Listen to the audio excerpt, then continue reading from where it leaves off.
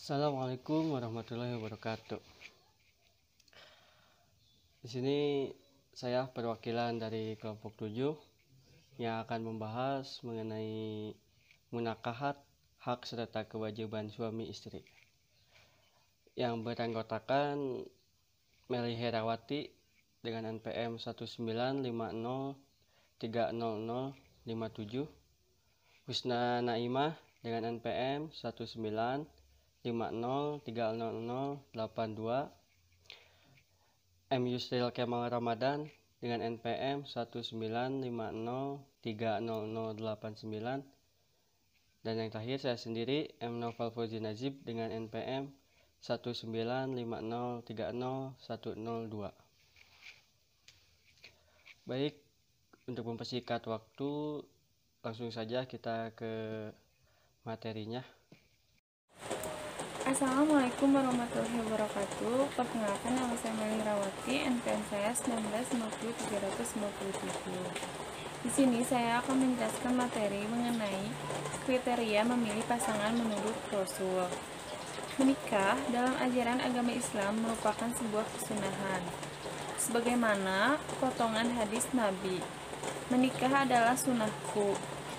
Barang siapa tidak mengamalkan sunahku, berarti bukan dari golonganku.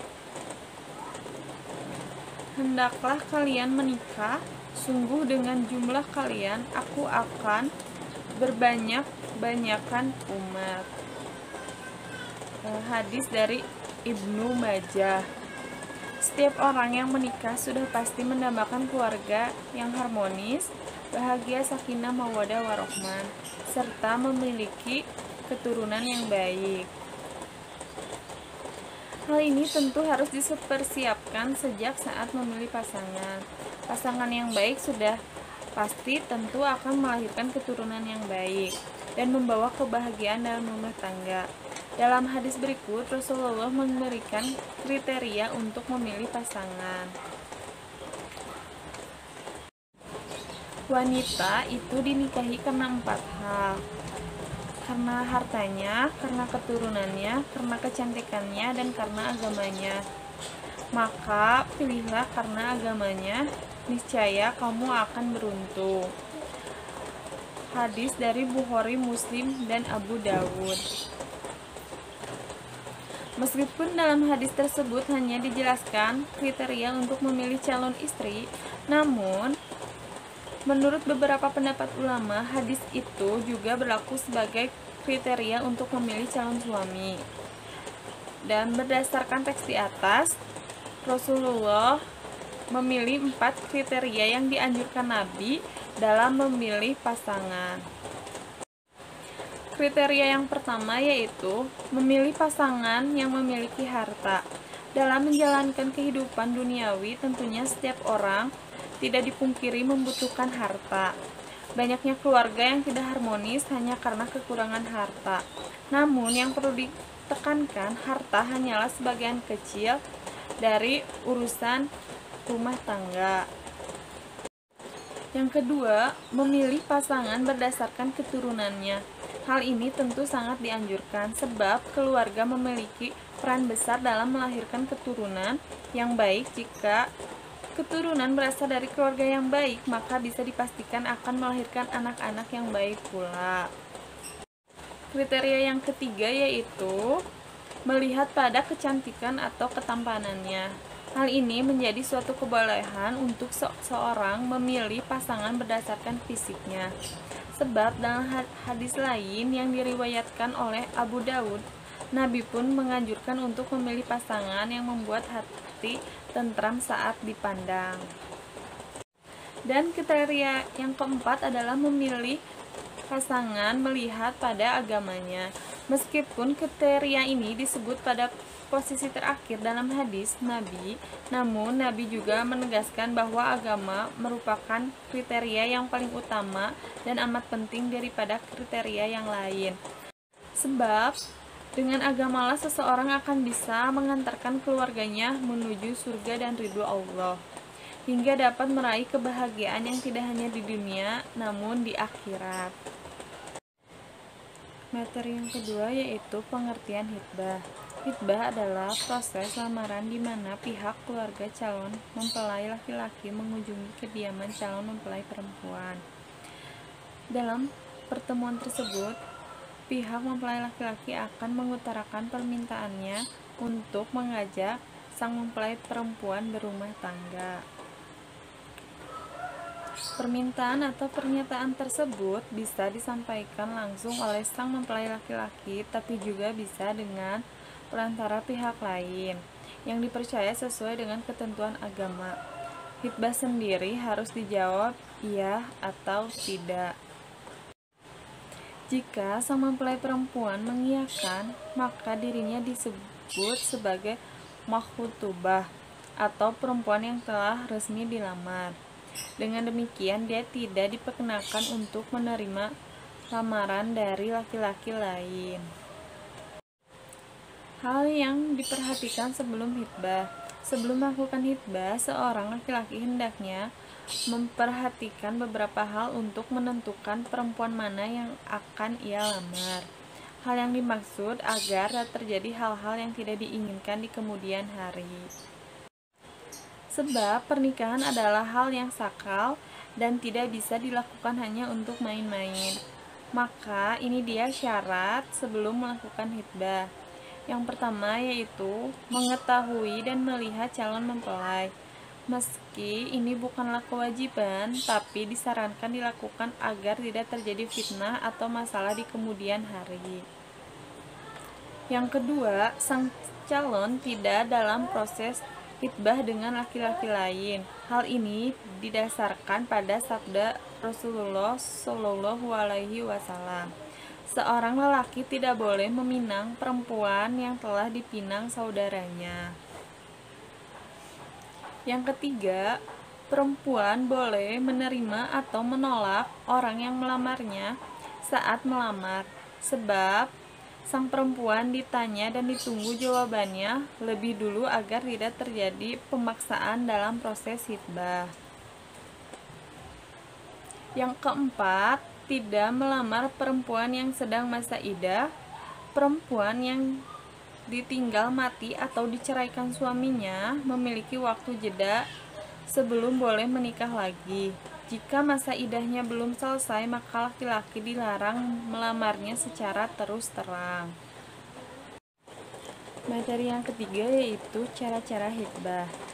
Sebelum mengajukan lamaran kepada calon pasangan, sebaiknya ketahui dulu tata cara hitbah yang sesuai dengan ajaran agama Islam.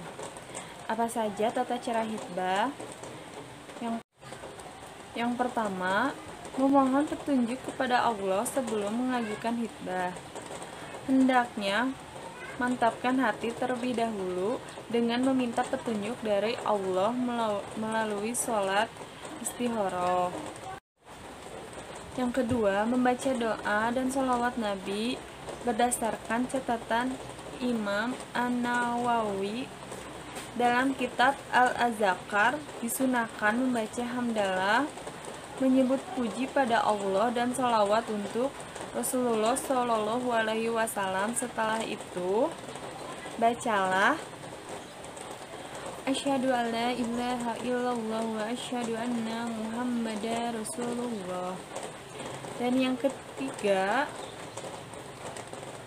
yaitu mendatangi kediaman calon pasangan. Kemudian pihak keluarga calon mempelai laki-laki sedianya mendatangi kediaman keluarga calon mempelai perempuan yang akan dilamar. Yang keempat, menyampaikan maksud dan tujuan. Memasuki inti acara, pihak keluarga laki-laki akan mengutarakan maksud dan tujuan kedatangannya, yakni untuk melamar sang mempelai perempuan. Yang kelima yaitu menyampaikan jawaban dari pihak perempuan. Setelah itu, sang calon mempelai perempuan akan memberikan jawaban apakah lamaran itu diterima atau ditolak. Jika diterima, pihak keluarga perempuan akan menyambut baik rencana pernikahan dari kedua calon mempelai. Yang keenam yaitu menyerahkan hantaran. Hantaran yang dibawa pihak mempelai laki-laki akan diserahkan kepada keluarga mempelai perempuan sebagai bentuk keseriusan untuk meminang sang calon. Dan yang terakhir, yang ketujuh, yaitu penutupan acara hitbah. Setelah pembicaraan inti selesai, maka selanjutnya adalah penutupan acara lamaran. Acara ditutup dengan membaca doa supaya rencana pernikahan berjalan dengan lancar. Materi yang keempat yaitu ada hukum hitbah. Menurut sebagian besar ulama, tunangan dikategorikan sebagai pendahuluan atau persiapan sebelum menikah dan melakukan hitbah atau pinangan yang mengikat seorang wanita sebelum menikah. Hukumnya yaitu mubah, boleh, selama syarat hitbah dipenuhi. Tunangan atau hitbah diperbolehkan dalam Islam karena tujuan peminangan atau tunangan hanyalah sekedar mengetahui kerelaan dari pihak wanita yang dipinang sekaligus sebagai janji bahwa sang pria akan menikahi wanita tersebut. Sebagaimana hadis berikut ini, jika di antara kalian hendak meminang seorang wanita dan mampu untuk melihat darinya apa-apa yang mendorongnya untuk menikahinya, maka lakukanlah. Hadis dari Imam Ahmad dan Abu Dawud. Assalamualaikum warahmatullahi wabarakatuh. Perkenalkan, nama saya Muhammad Yusril Kemar Ramadan dengan NPM 1950389. Di sini saya akan menjelaskan materi mengenai wanita yang haram dihitbah dan nikah. Yang pertama, wanita atau perempuan yang haram dihitbah ada 6. Yang pertama, wanita beridah talak raj'i, atau suami boleh kembali kepada istri karena talaknya belum mencapai 3 kali. Diharamkan bagi laki-laki yang melakukan hitbah pada wanita dalam masa idah, karena hitbah dalam kondisi ini berarti melawan hak suami pencerai. Sang istri yang bertalak raj'i masih merupakan istri sah dan hak suami atas istri masih berlaku selama dalam masa idah. Yang kedua, wanita beridah talak bad'in kubro, yang artinya talak yang telah mencapai 3 kali cerai. Talak ini memutus hubungan pasangan suami istri karena ia menjadi haram. Sementara bagi suami pencerai tidak ada harapan kembali sebelum dinikahi laki-laki lain. Yang ketiga, wanita beridah talak bad'in sugro.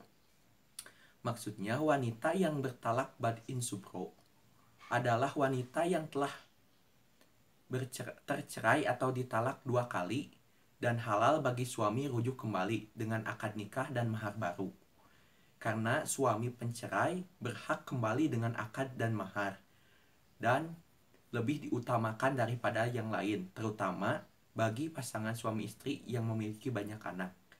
Yang keempat, wanita beridah karena kulu atau fasak.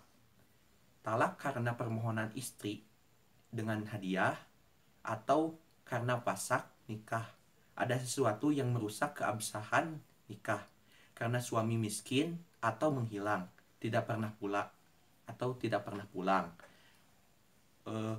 Fahaka bersepakat bahwa masing-masing wanita tersebut tidak boleh dipinang secara jelas dari selain suami pencerai. Yang kelima, wanita beridah karena kematian suami. Fahaka sepakat tidak boleh meminang dengan jelas kepada wanita yang masih dalam masa idah karena kematian suami.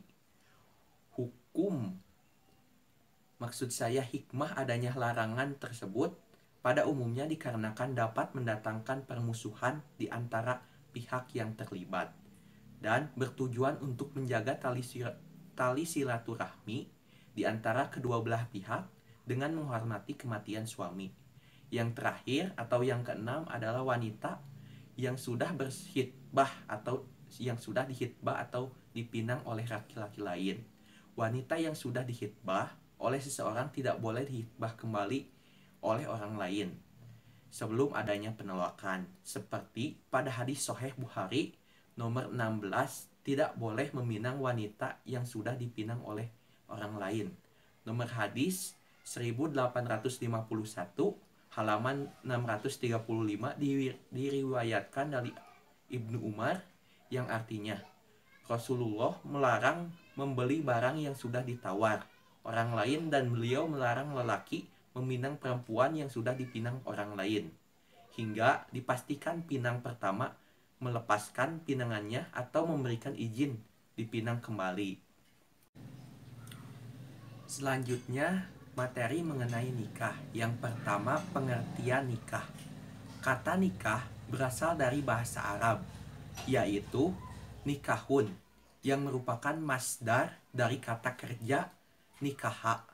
Sinonim tajawaja kemudian diterjemahkan ke dalam bahasa Indonesia sebagai perkawinan. Kata nikah sering digunakan sebab telah masuk dalam Kamus Besar Bahasa Indonesia. Secara bahasa, kata nikah berarti adamu, watadakul, bertindih dan memasukkan. Dalam kitab lain, kata nikah diartikan adamu wal jam'u, bertindih dan berkumpul. Sedangkan secara istilah ilmu fikih, nikah berarti suatu akad atau perjanjian yang mengandung kebolehan melakukan hubungan seksual dengan memakai kata-kata nikah atau lajwij. Materi selanjutnya mengenai dasar-dasar menikah. Ada banyak hal yang diatur di dalam Islam. Bahkan sejujurnya semua aspek kehidupan dan kematian telah diatur dalam Islam. Tidak terkecuali dasar-dasar menikah.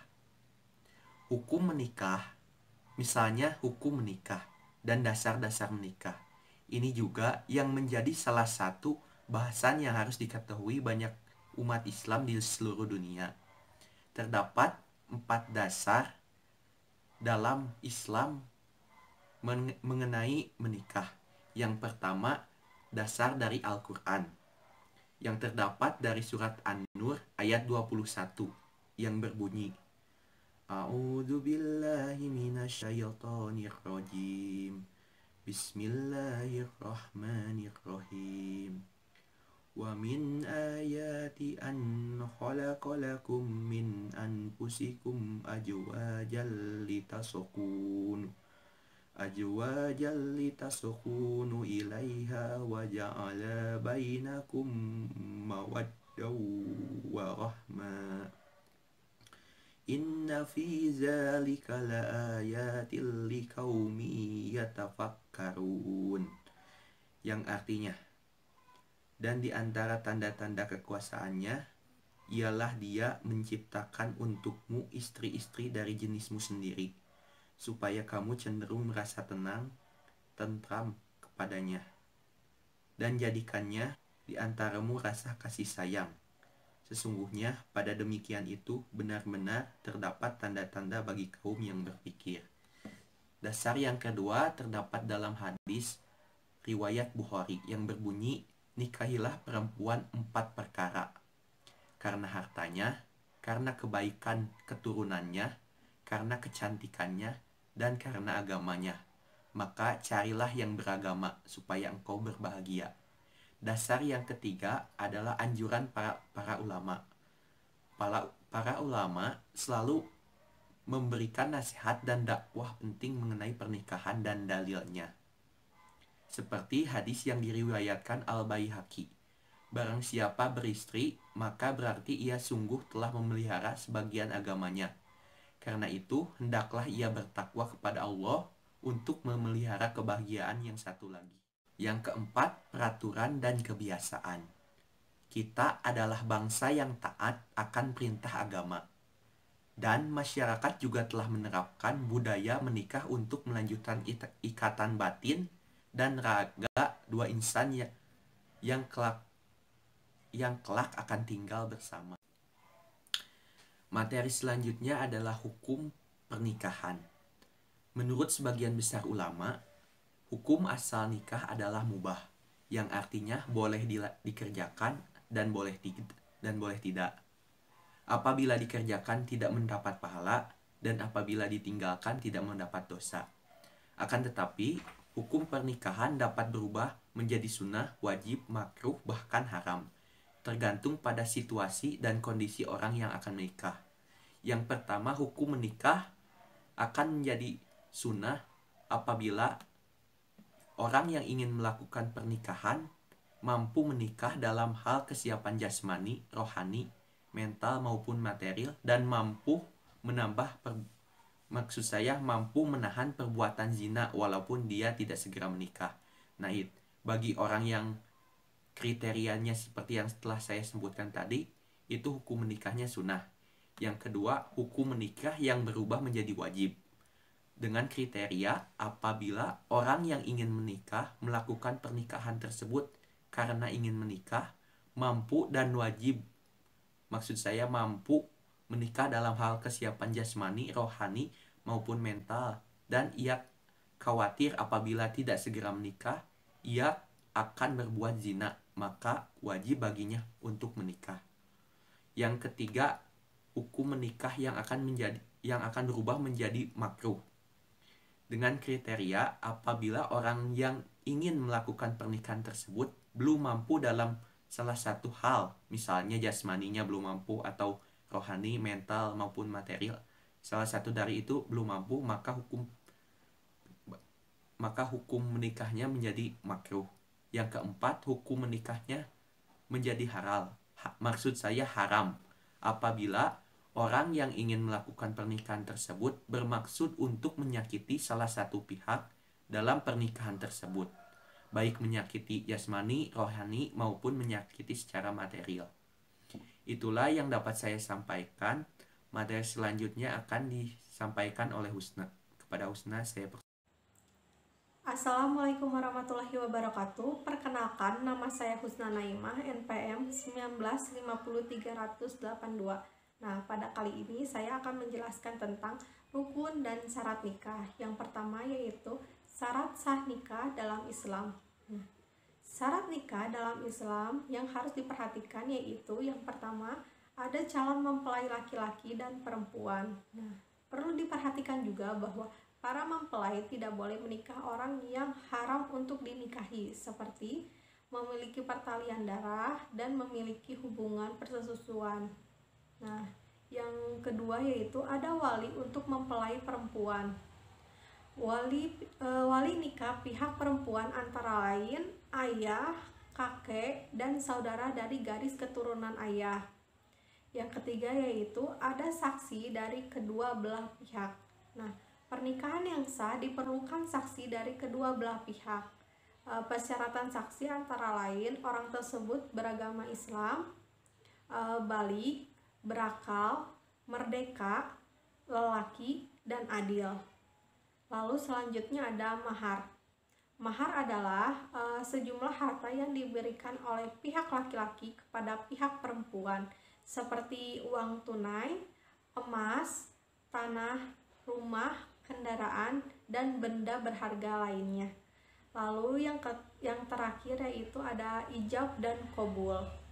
Ijab dan qabul dimaknai sebagai janji suci kepada Allah Subhanahu wa Ta'ala di hadapan penghulu, wali, dan saksi. Nah, di samping itu, sebelum memenuhi syarat menikah yang sah, perlu diketahui juga rukun sah nikah dalam Islam. Rukun sah nikah dalam Islam yaitu yang pertama, mempelai pria dan wanita sama-sama beragama Islam.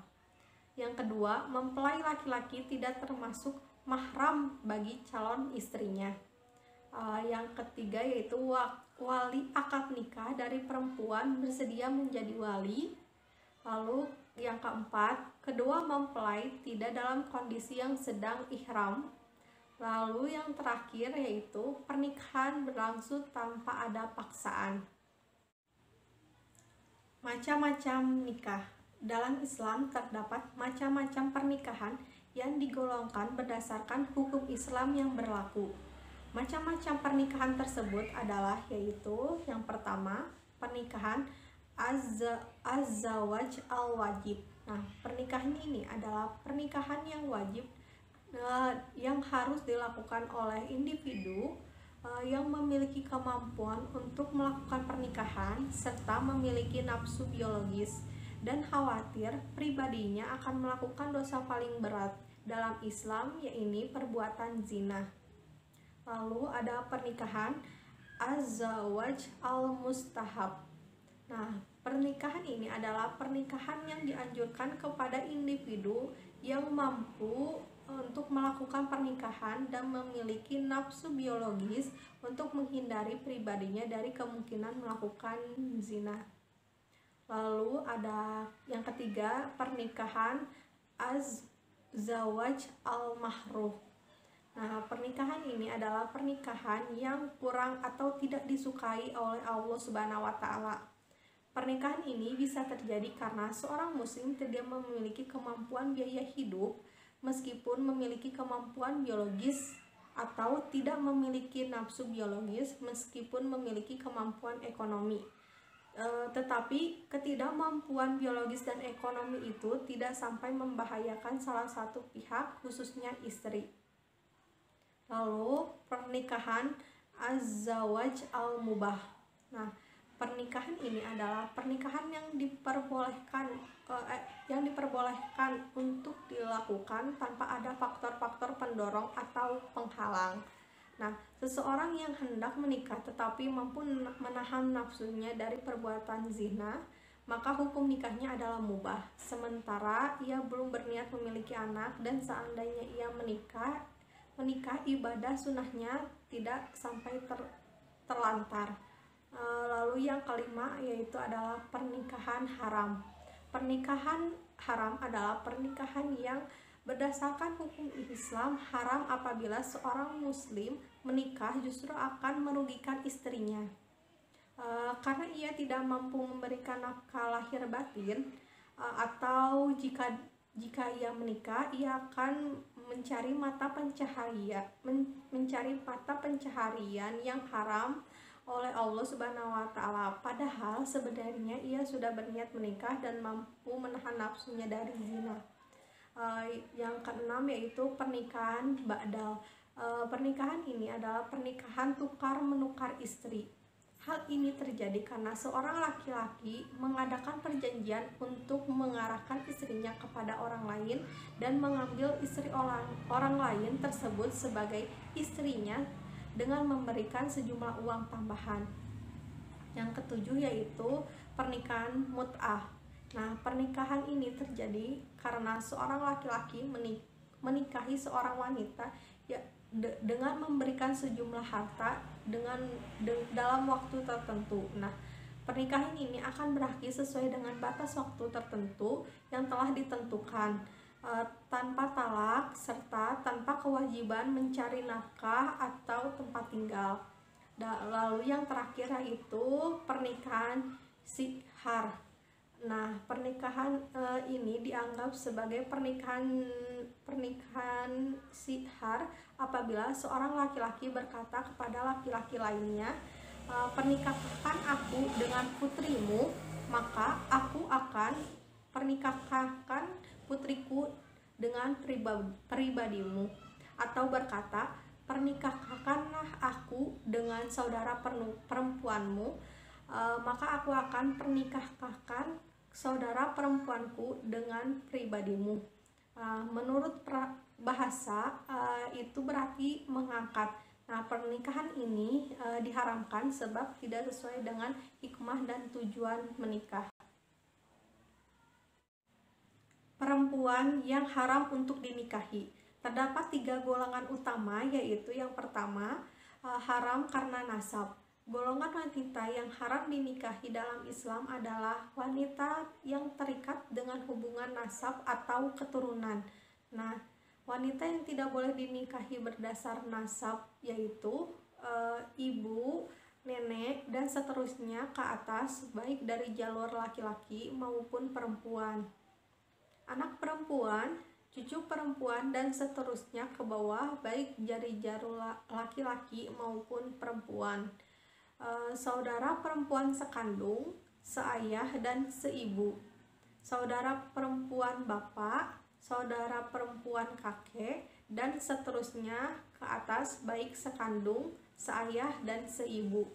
Saudara perempuan ibu, saudara perempuan nenek, dan seterusnya ke atas baik sekandung, seayah, atau seibu.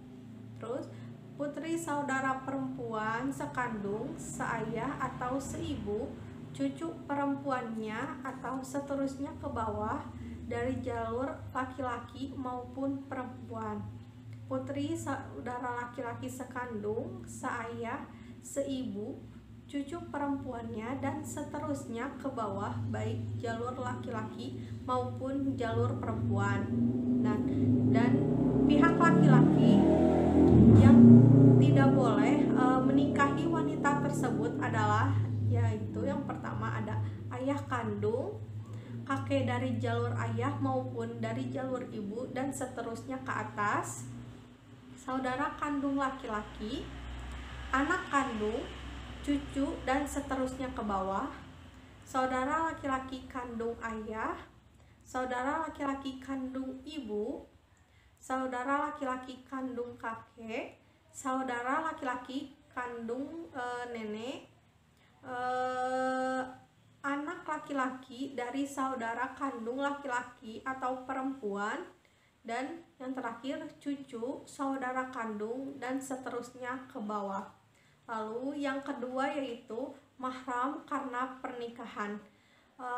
Golongan wanita kedua ini tidak boleh dinikahi adalah golongan wanita yang atas dasar hubungan pernikahan dan sifatnya sementara, yang berarti jika hubungan pernikahannya tersebut berakhir karena konflik dalam keluarga maupun terjadi perselingkuhan dalam rumah tangga dan menimbulkan talak, maka setelah perceraian sifatnya mahramnya pun bisa berubah.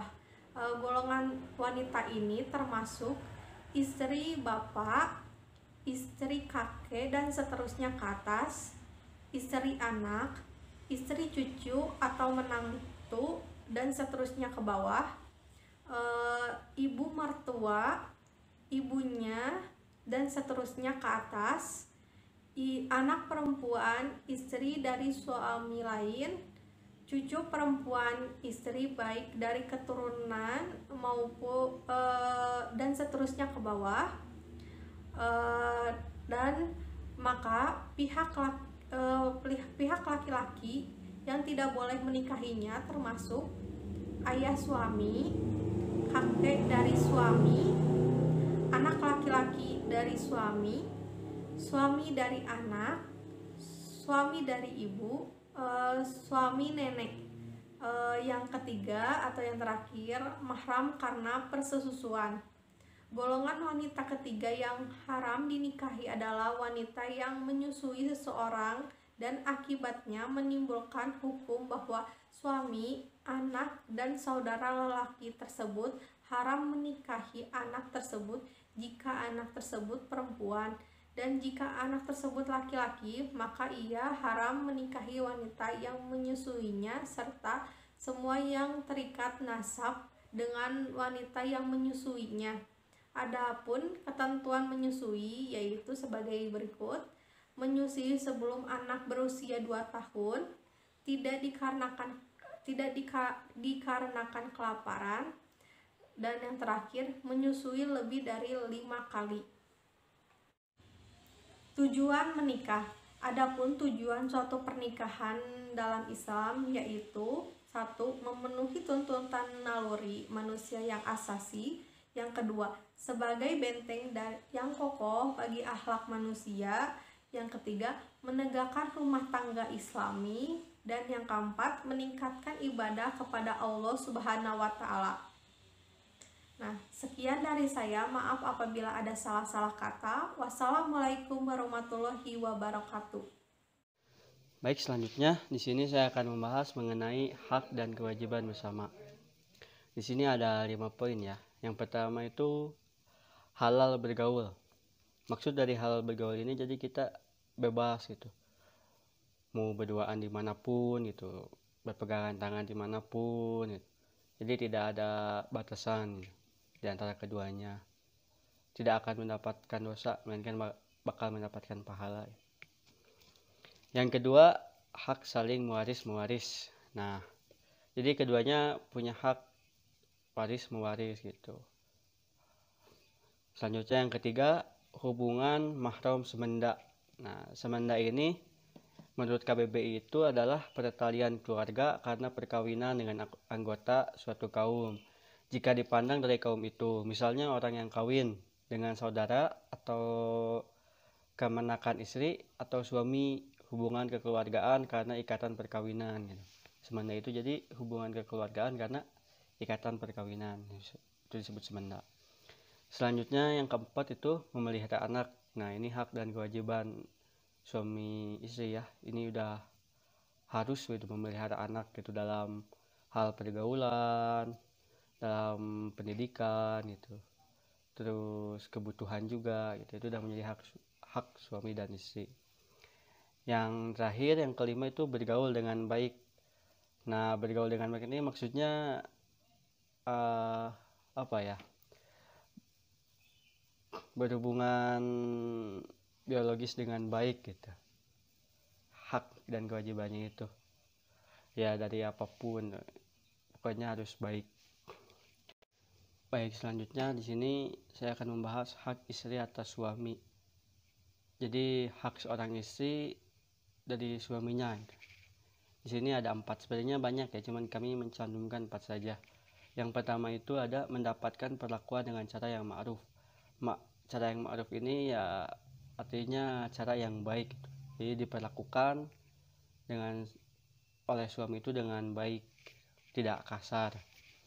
Yang kedua, mendapat maaf dari suami jika melakukan kesalahan. Yang ketiga, mendapat penjagaan.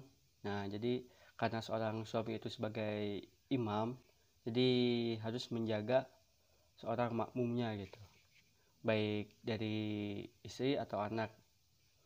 Yang intinya menjaga keluarganya. Yang keempat, mendapat pendidikan agama dari suami. Nah, ini udah satu hal yang wajib gitu bagi suami untuk memberikan pendidikan agama kepada seorang istri gitu, juga kepada anak-anaknya. Mungkin cukup 4 saja, sebenarnya ada banyak ya. Itu memberi kayak memberi pakaian yang layak gitu, memberi nafkah yang cukup, makan dan lainnya masih banyak. Selanjutnya di sini hak suami atas istri. Nah, jadi hak-hak suami dari seorang istri gitu ya. Di sini ada 9. Sebenarnya banyak juga sih, cuman kami mencantumnya 9 saja. Yang pertama itu ketaatan istri terhadap perintah suami. Nah, hukumnya wajib gitu ya. Harus taat gitu seorang istri terhadap suami gitu. Tidak boleh membantah, melawan gitu.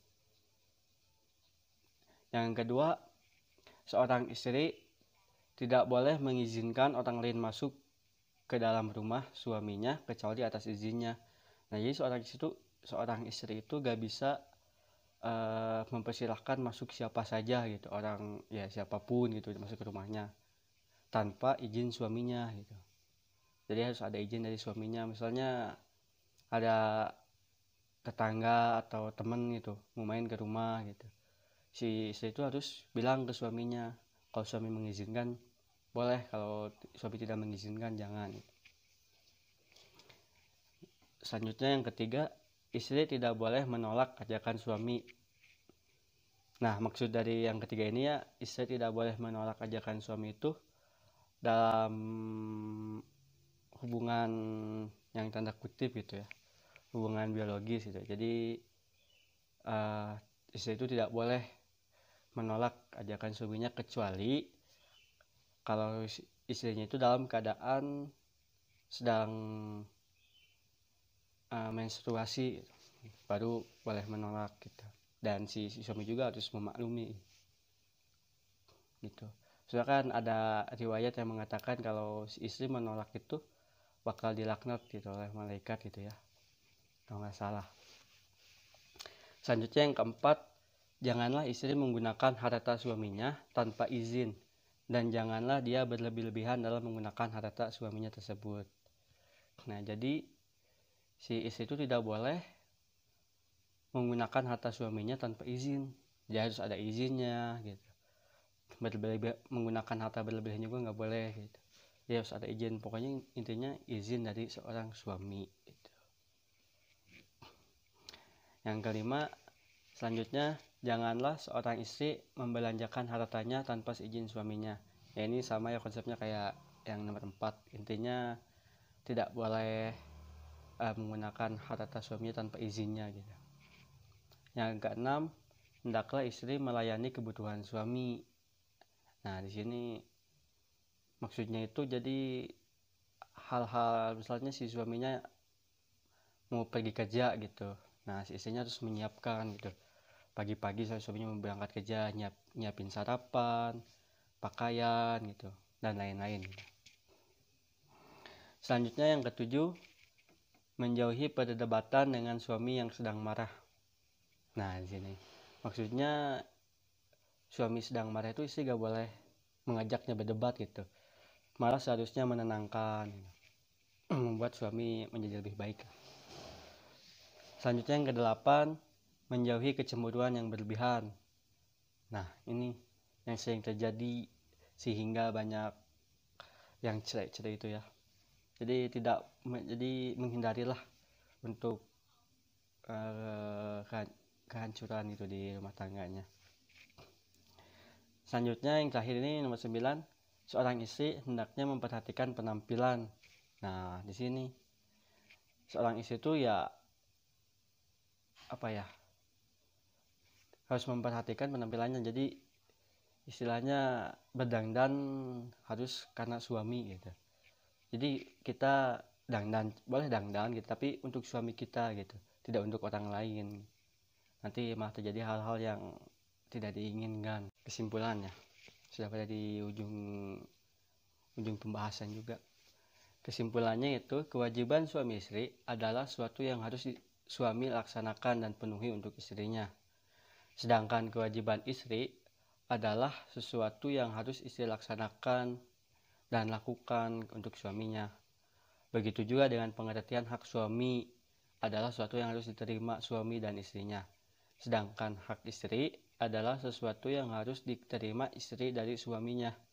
Dengan demikian, kewajiban yang dilakukan oleh suami merupakan upaya untuk memenuhi hak istri. Hak-hak dalam perkawinan itu dapat dibagi menjadi 3, yaitu hak bersama, hak istri yang menjadi kewajiban suaminya, dan hak suami yang menjadi kewajiban istrinya. Terima kasih kepada saudara-saudara yang sudah berkenan untuk memperhatikan pembahasan kami.